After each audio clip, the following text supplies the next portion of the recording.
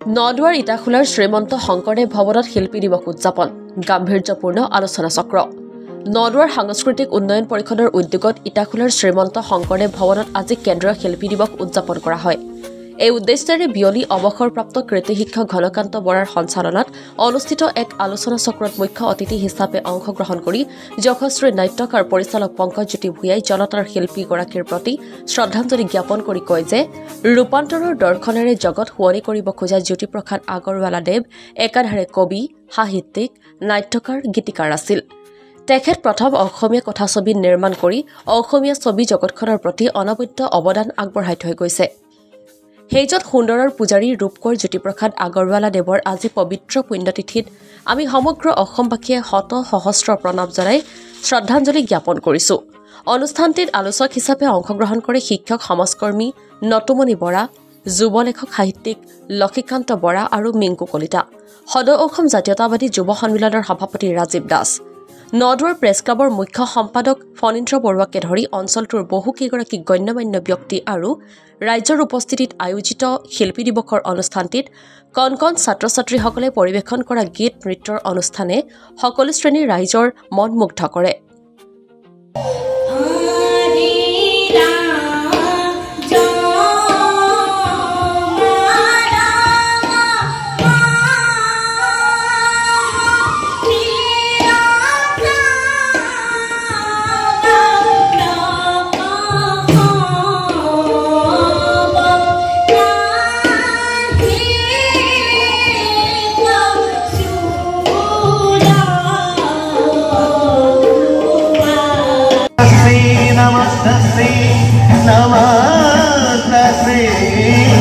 नमो नमः कला संस्कृति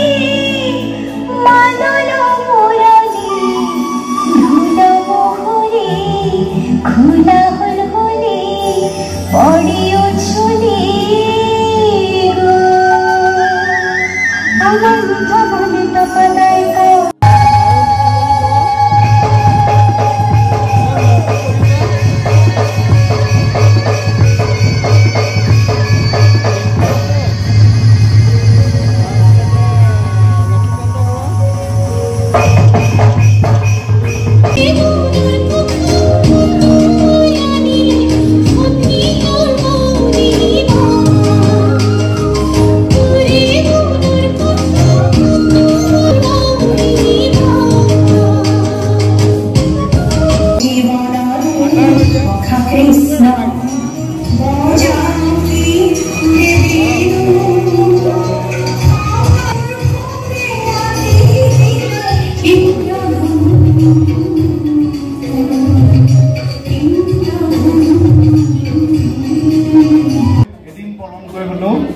শিল্পী দিৱসৰ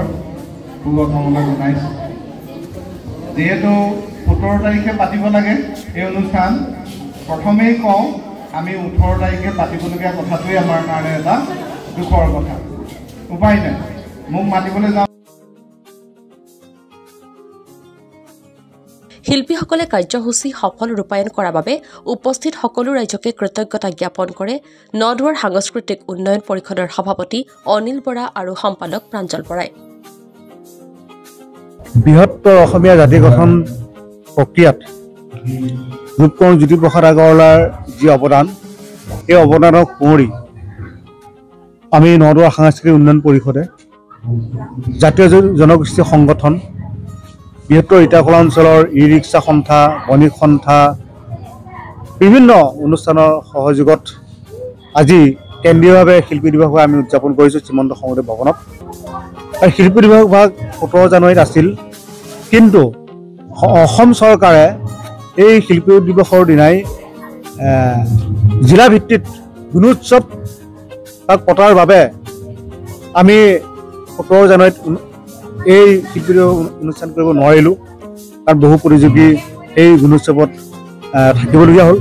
সেয়েহে আমি তেখেতৰ স্মৃতি সুঁৱৰি 18 জানুৱাৰী আজি শনিবাৰে শ্ৰীমন্ত শংকৰদেৱ ভৱনৰ ইটাখোলাত শিল্পী দিৱস আয়োজন কৰিছোঁ কেন্দ্ৰীয়ভাৱে। এই নদুৱাৰ অঞ্চলত বিভিন্ন জাতি জনগোষ্ঠীয়ে পৰিপূৰ্ণ এটা মিলন ভূমি, এই অঞ্চলত প্ৰতিটো জাতি জনগোষ্ঠীৰ বিকাশ আৰু উন্নয়নৰ বাবে শান্তি সম্প্ৰীতি ভাতৃত্ববোধ ৰক্ষাৰ বাবে এই নদুৱাৰ সাংস্কৃতিক উন্নয়ন পৰিষদে সপোন লৈ যাতে আমাৰ অঞ্চলত কোনো ধৰণৰ দুষ্কৃতিকাৰী বা বিভিন্ন যে অপসংস্কৃতি তাত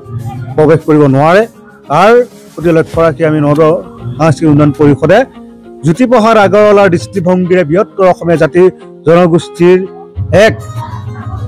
প্ৰক্ৰিয়াৰ মাজেৰে আমাৰ এই যাত্ৰাৰে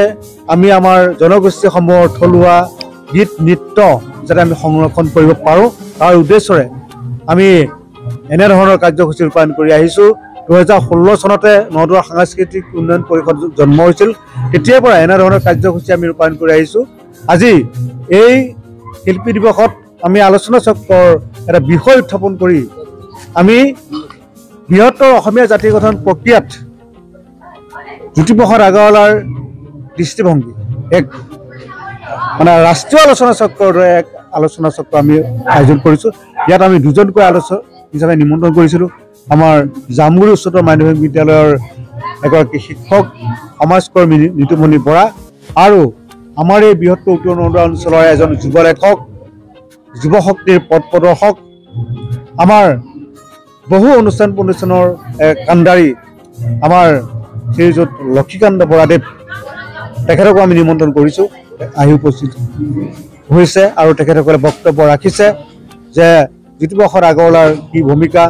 তেওঁ এগৰাকী মাৰোৱাৰী সম্প্ৰদায়ৰ সন্তান হৈ যায় বৃহত্তৰ অসমীয়া সংস্কৃতিৰ সাহিত্যৰ বাবে তেওঁ যি উত্তৰণ চিন্তা এই চিন্তাটো যাতে তেওঁ কৰিছে তাৰ এক জ্বলন্ত উদাহৰণ হিচাপে ইয়াত বসবাস কৰা প্ৰতিটো জাতি জনগোষ্ঠীয়ে জ্যোতিপ্ৰসাদ আগৰৱালাৰ দৰেই এক চিন্তাৰে যাতে বৃহৎ অসমীয়া জাতি এটা আমি গঠন প্ৰক্ৰিয়া কৰিব পাৰোঁ তাৰ উদ্দেশ্যে নদুৱাৰ সাংস্কৃতিক উন্নয়ন পৰিষদে এই কেন্দ্ৰীয় শিল্পী দিৱস আয়োজন কৰিছে আৰু আগন্তুক দিনত আমি বিষ্ণু ৰাভা দিৱস আমি আৰু অন্যান্য আমাৰ জনগোষ্ঠীয় যিবিলাক আমাৰ প্ৰবাদ পুৰুষ আছে সংস্কৃতিৰ কাণ্ডাৰী আছে সেইসকলক আমি স্মৰণ কৰা উদ্দেশ্যে আমি এনেধৰণৰ অনুষ্ঠান কৰিম এয়া আমাৰ আপোনাৰ খবৰ এই সংবাদ মাধ্যমৰ জৰিয়তে আমি প্ৰকাশ কৰিছোঁ news desk report Assam today.